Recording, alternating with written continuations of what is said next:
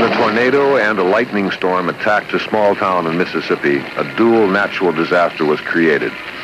Fire would consume what the giant twister didn't destroy.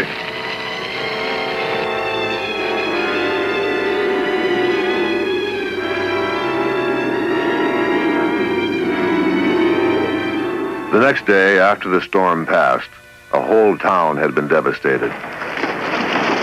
570 people lost their lives. Those who survived had to start from the beginning. They had no plans of moving to another area. This town was their home, and they would rebuild and restore their community, knowing full well a new tornado could one day return.